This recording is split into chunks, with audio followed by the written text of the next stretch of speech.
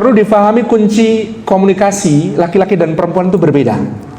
Bapak-bapak perhatikan bahwa ibu-ibu itu oleh Allah diberi amanah besar untuk mengajarkan kosakata kepada anak. Maka dalam ilmu linguistik dikenal laki-laki itu bicara sehari 5.000 sampai 7.000 kata. Wanita bicara itu rata-rata 24 sampai 48.000 kata per hari. Jadi kita bisa tahu di situ bahwa secara linguistik wanita itu lebih cerdas. Dalam bahasa sehari-hari, ibu-ibu itu lebih cerewet. Tapi cerewet yang solihah itu kan baik. Jadi bapak-bapak kalau bisa cari istri itu yang cerewet, karena itu pangkal kecerdasan anak. Wa 'allama Adamal asma'a kullaha. Allah itu mengajarkan kepada Adam nama-nama benda, kosakata, isim-isim, kesemuanya. Siapa yang diamanai itu sekarang? Untuk anak turun Adam? Ibunya. Jadi kalau ibunya pendiam, bahaya anaknya, gak ngomong-ngomong nanti. Makanya ibunya itu memang harus cerewet. Nah, bedanya ini sifat komunikasi laki-laki perempuan lagi. Ibu-ibu kalau ada masalah itu ngomong, bapak-bapak kalau ada masalah diem, Pak. Beda kan? Laki-laki itu kalau ada masalah menyendiri, berkontemplasi, merumuskan solusi. Kalau ibu-ibu ada masalah curhat, didengarkan, dimengerti, difahami segala isi hati, merasa orang yang mendengarkannya berada di pihaknya, itu menenteramkan sekali, seakan-akan 90% masalah selesai. Itu bedanya laki-laki dengan perempuan, gitu ya. Maka harus difahami kunci-kunci ini. Termasuk ibu-ibu itu karena cerdas komunikasi linguistiknya, mereka suka kalimat tidak langsung. Contoh, Mas, aku masih harus masak loh, anak-anak belum dijemput. Itu maksudnya apa, Pak? Tolong jemput anak-anak, gitu kan? Tapi mohon maaf Bu, harap jangan kecewa. Bapak-bapak kecerdasan linguistiknya kadang tidak bisa menangkap maksud aslinya. Sehingga jangan marah, jangan enak dan maju mundur kena tadi. Ketika jawabannya berbunyi, "Nggak apa-apa Bu, nanti paling pulang sendiri."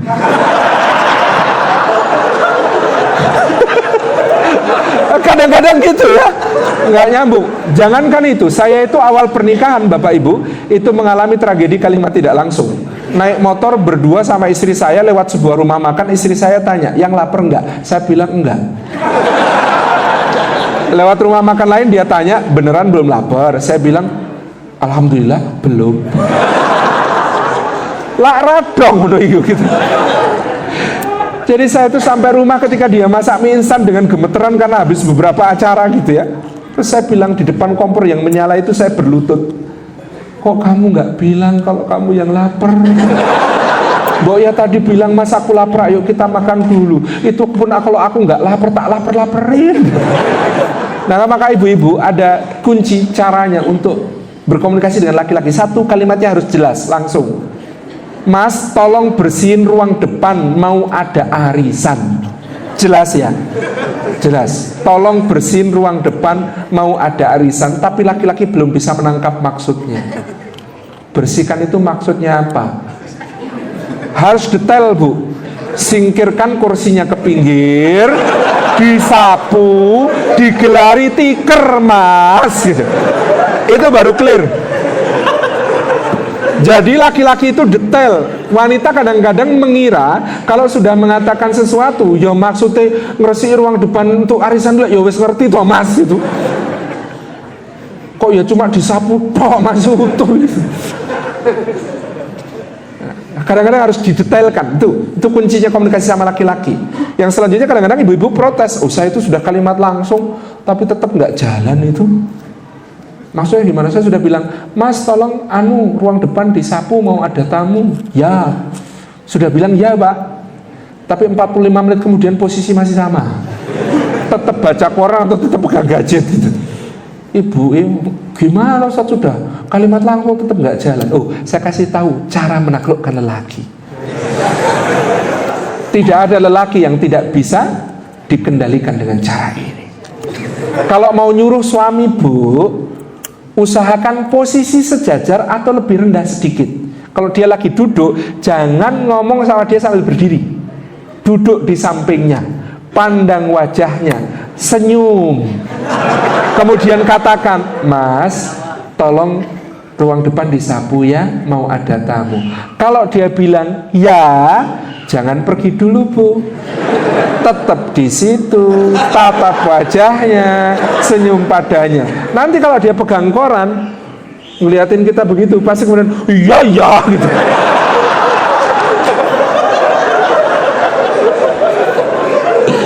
Jadi ternyata ada kunci-kunci di dalam komunikasi suami istri yang kemudian harus diketahui. Nyuruh lelaki itu memang nggak gampang Bu, karena laki-laki itu single tasking. Beda dengan ibu-ibu multitasking. Ibu itu bisa mengerjakan beberapa pekerjaan sekaligus, sekali jalan. Laki-laki enggak, dan itu kadang bikin anyel ibu-ibu. Mas, mbok tolong itu ruang depan disapu, terus habis ini kan mau ada arisan, aku pesan lemper di Bujoyo 50, tolong diambil di Bujoyo ya Mas, itu bayarnya 350.000. Biasanya beliau itu suka ngorting, tapi jangan mau dikorting. Kalau suka diungkit-ungkit, aku nggak mau kalau diungkit-ungkit. Habis itu aku juga tadi sudah bikin air teh panas, tapi jumbo kita itu rusak ya Mas, tolong mampir tempat ibu ya dari Bujoyo ya, pinjem jumbonya yang warna hijau loh Mas, jangan yang pink, malu aku kalau yang pink. Terus habis itu Mas, aku tuh juga pesan roti. Nah biasanya Bu Indri yang bikin roti itu suka lupa dipotong-potong. Nanti kamu cek dulu di dalam kotaknya itu sudah dipotong-potong atau belum. Kalau belum minta dipotong sekalian. Di rumah kita nggak punya pisau yang dipakai untuk motong itu. Awas kalau sampai lupa, nanti beli pisau sendiri berarti Masnya ya. Itu di Indomaret nggak ada, harus ke mall.